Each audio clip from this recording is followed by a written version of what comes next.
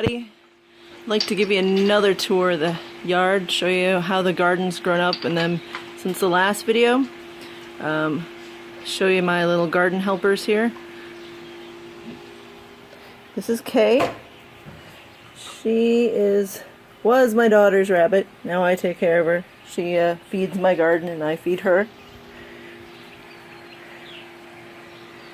That's Molly. She lays there. Jack's hiding. See my current sproutlings going here. I have fennel and kale seeds I just put in yesterday that you don't see anything yet, but then there are basil, cilantro, eggplant, and tomatillo plants they're growing that I'm going to soon transplant. Nope, there's Jack. There's my chocolate mint. I've had that plant going, transplanted around for probably close to 20 years now. I love that stuff. I'm growing my own Nepals. I love cactus, but those are my good-looking cactus, and this is my eating cactus. Alright, and then here is my trees. This is a sweet kumquat. This is a variegated Meyer lemon, which is really, really pretty when it's leafed out. And the lemons, I'm now finding them at Meyer's. They're selling for like $1.50 a piece. They're green and white variegated on the outside and pink inside. Really, really pretty. I had to totally defoliate it so that it would grow back because it had like 10 leaves forever. But now it's finally putting leaves on. It's pretty cool. Some blossoms there. And this is a avocado tree I'm growing from seed. I just tossed it in the ground. This guy grew up. Actually, I tossed 4 seeds. All of them came up, and I tossed them all but this one and put him in a pot. There's Jack again. This is one of my herb beds. I've got flat leaf parsley and some Russian tarragon, which I'm finding is very mild flavored for a tarragon. Here's my tomato that actually overwintered and started putting on blossoms, so I just left her, and look, she is full up of tomatoes. I've already picked one ripe one off here. This is my garlic chives, used a lot in Korean cooking, and sage. This is Swiss chard, really pretty one. It's called Rainbow Lights. Here's my thyme. Finally killed my old thyme plant, so it was time to get a new one. And then I've got dill growing over here. There's my lime tree. This thing has so many blossoms on it right now. It is just full up. And it's awesome because I love limes and margaritas. Here I've got some squash plants. I'm hoping for some zucchini soon. And my eggplant that I sprouted this from seed and then planted in here. This cage is in the way to keep the dogs out because they want to, at least the puppy wants to dig in everything that isn't blocked off.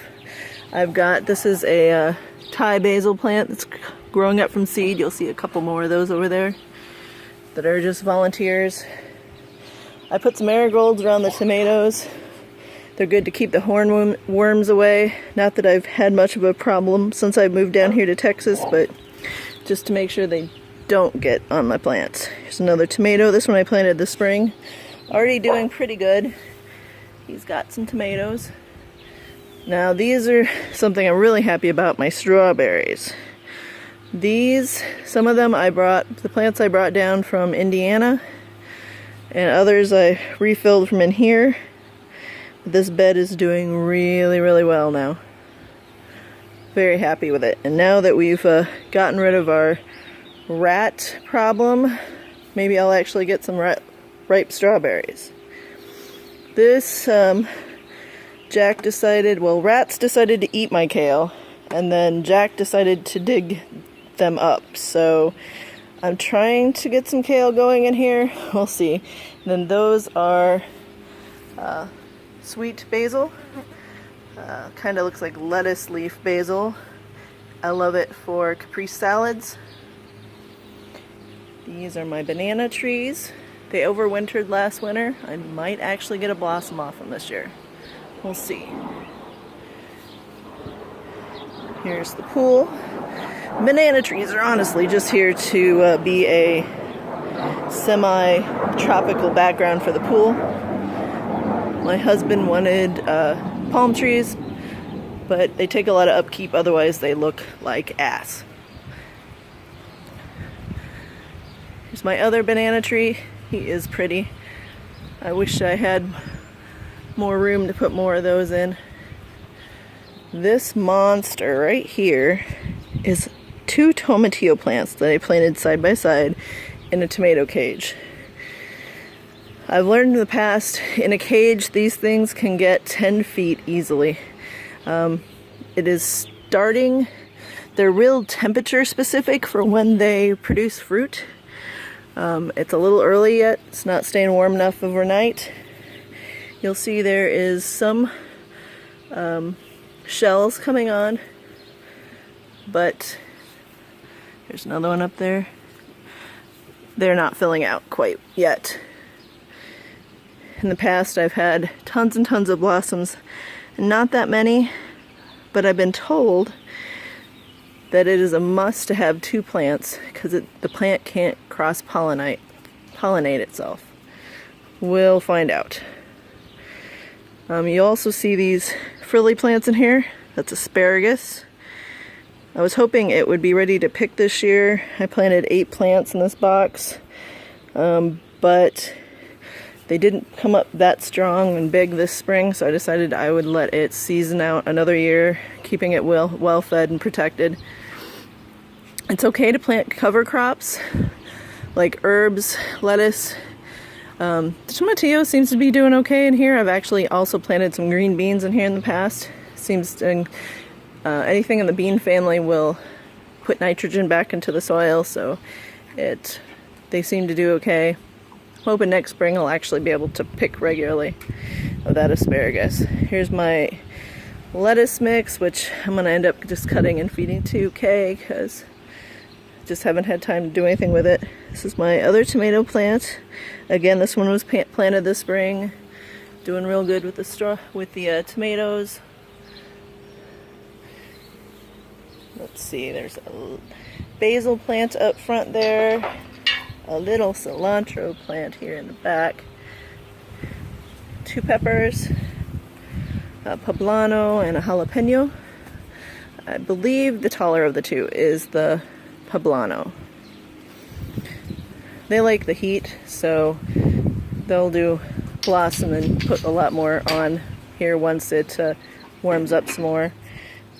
You'll notice I need to trim my oregano again. That stuff grows like wild. Luckily the rabbit really likes to eat it, so I say she's pre-seasoning herself. This guy is my bay laurel. You know the bay leaves you cook with? This is what they come from. You just take them and dry them. I actually use them fresh most of the time since I have the tree here. And when they're fresh, they have more of a not piney, but more towards piney flavor than what you get out of the dried ones. I really like it. I've had this guy, of course in Indiana he had to overwinter in the garage. He didn't have a chance to grow like all year round like he does now.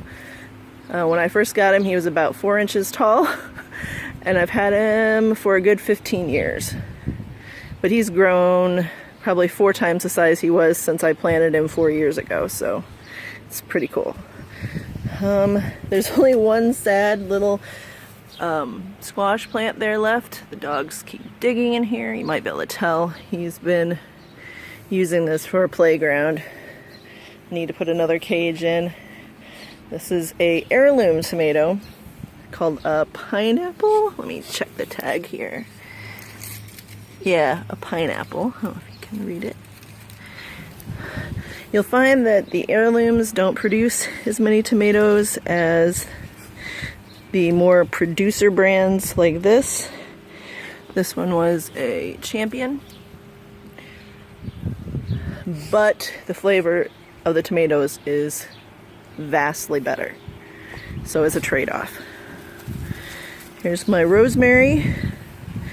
That's all you can do to keep those things trimmed back. They're delicious though. And that horrible looking thing over by the waterfall is my lemongrass. He's in a planter, does his own thing. It's pretty cool.